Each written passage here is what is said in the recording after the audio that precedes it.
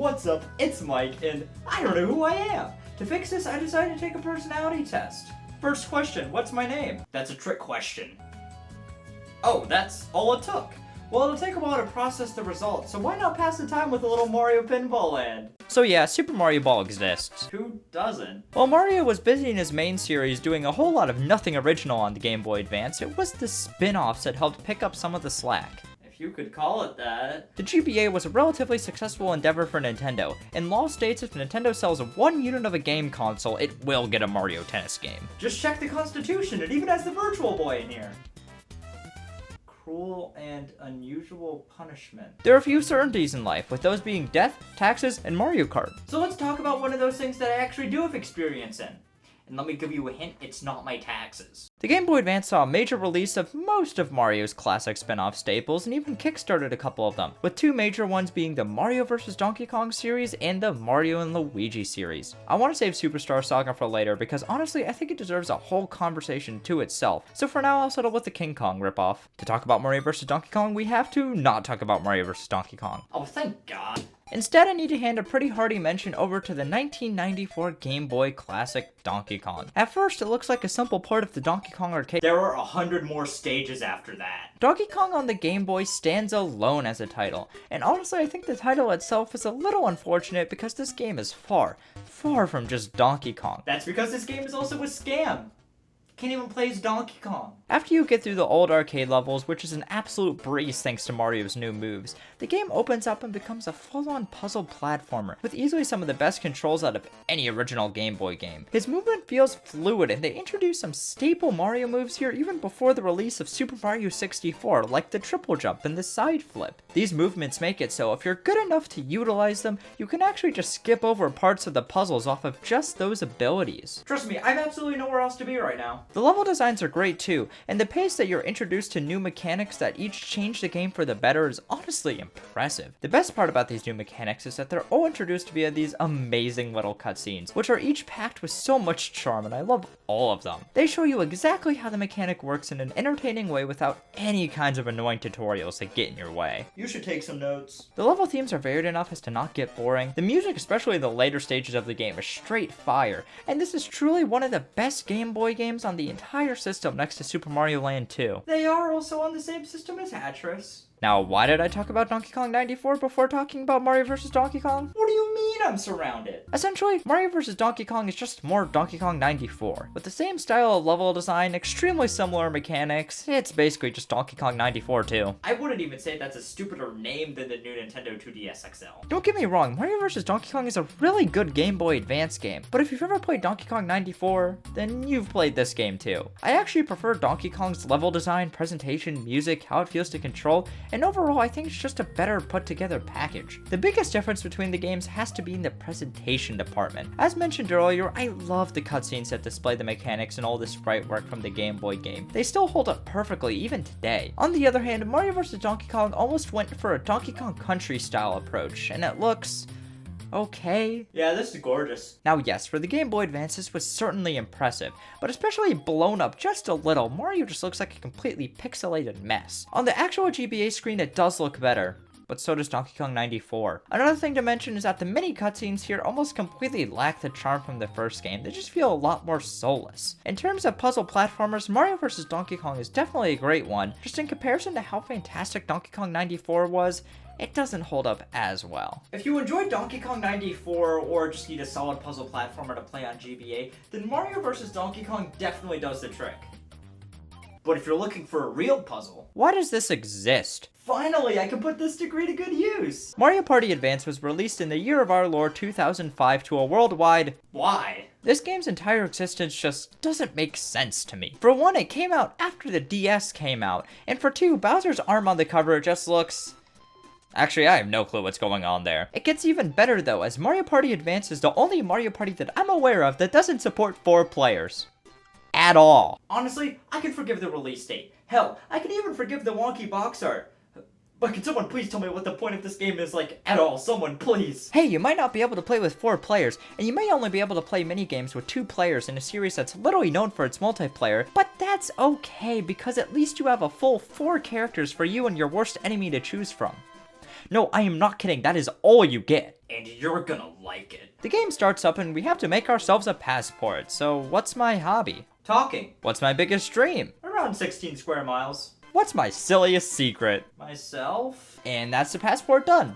The game never refers to it again, by the way, so it's entirely pointless. It gets even more baffling, as again, the main focus of this Mario Party game is the single player. Finally, the perfect Mario Party for people who actually hate their friends. I've been waiting for this. The main mode here is called Shroom City, where you drive around the board in a car. Oh, so this was the beginning of the end. The entire mode is just rolling dice around on the board by yourself, doing side quests to unlock more minigames, and occasionally playing a minigame by yourself. I only played a couple of the minigames, and none of them were that fun or engaging. But what's even more stupid is that even though there are 120 minigames, only 12 of them are playable in the 2-player multiplayer. Nothing about this game makes any sense. I mean, who was this made for? Who thought this was a good idea, and why am I still talking about it? Well, they managed to ruin Mario Party, so the only next logical step was Nintendo to fuck up Mario Kart 2.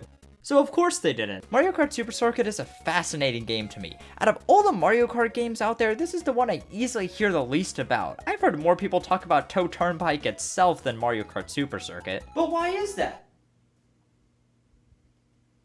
Well, to start, it sure is Mario Kart. Everyone knows the Mario Kart games tend to not deviate from each other too much. I mean, just look at Mario Kart 8 and Mario Kart 8 Deluxe. It's all just been Mario Kart 7. Mario Kart Super Circuit doesn't really do anything new or impact the series much at all, which doesn't mean it's a bad game. It's just an okay one. I didn't grow up with this one. The Mario Kart from my childhood was Mario Kart Wii. And I don't know if that's why Super Circuit feels so bad to me, or if it just actually feels bad. The drifting just feels awful, turning whatever course you're driving on into a giant slip and slide, and eventually I just stopped drifting altogether. Slippery is the best way I can describe it, and I actually hate it when I get any items that increase my speed like the invincibility star and the mushrooms, because every time I use them, they generally hurt me more than they help. Oh! Ow! Nintendo wasn't trying to hurt me once, but they also tried burning my eyes. Twice! Thanks, Nintendo. Okay, it doesn't look that bad. It's definitely one of the cooler looking GBA games, but the mix of the course design from Super Mario Kart and the Big Crunch Mario Kart 64 models kind of hurt to look at after a while. There isn't a lot in the modes department, but they make up for that with 40 whole courses to race on. Sorta. A ton of level themes are repeated. I mean, who doesn't want to race in Bowser's Castle 6 times? Bowser probably gets a lot of noise complaints. Half the courses are also taken directly from Super Mario Kart, which started the trend of Mario Kart games taking courses from old games and making them into retro cups, along with all the new tracks. And that's about the only notable thing in Mario Kart Super Circuit. If you wanted to play Mario Kart on GBA, then what else were you gonna play? The Mario Sports games also got some love on the Game Boy Advance, which are an interesting case. On the GameCube, they were sort of a renaissance when it came to Mario Sports games, with many people considering the Mario Golf and Mario Tennis series peaking here, and with the introduction of fan favorites Super Mario Strikers and Mario Superstar Baseball. But what if I wanted to play an RPG instead? You could play Mario & Luigi Superstar Saga, or Mario Tennis Power Tour and Mario Golf Advance Tour. Oh, the choice was easy, really. Let's start with Mario Golf Advance Tour. That's a good try. I'm not talking about golf. Let's start with Mario Tennis Power Tour, released a year after Mario Power Tennis on the GameCube in 2005. And there's probably something I should mention about how handheld Mario sports games have been prior to this one. Because if you go into this game with the mindset of something like Mario Power Tennis, then you'll likely have a problem. See, starting with Mario Tennis on the Game Boy Color, while sure you still played tennis, it was honestly more of a standard RPG than a sports game. There was a lot more emphasis on the story and brand new characters than the character the game was actually named after. This tradition continued to Mario Tennis Power Tour, and honestly, I didn't really mind it the first couple of minutes. It gave me some cozy feelings, something along the lines of Stardew Valley. And then that went on for 18 minutes. I did not play a single tennis match until 18 minutes in. Okay, sure, be an RPG all you want, but if your game has the word tennis in the title, then I would like to play a tennis game sooner than almost 20 minutes in. Is that really a big ask? When it comes to the actual tennis itself, it's fine. Maybe I've just been spoiled by Mario Tennis Aces, but even though there's nothing inherently wrong with the tennis here, it's just extremely simplistic. You can occasionally perform power shots, and that's all the time I'd bother playing this one. Sure, maybe if I had to spare 10 hours, the game could be really good.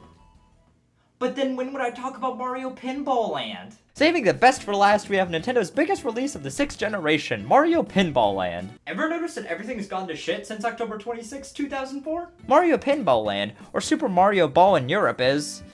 well, I'll just let the opening cutscene play out.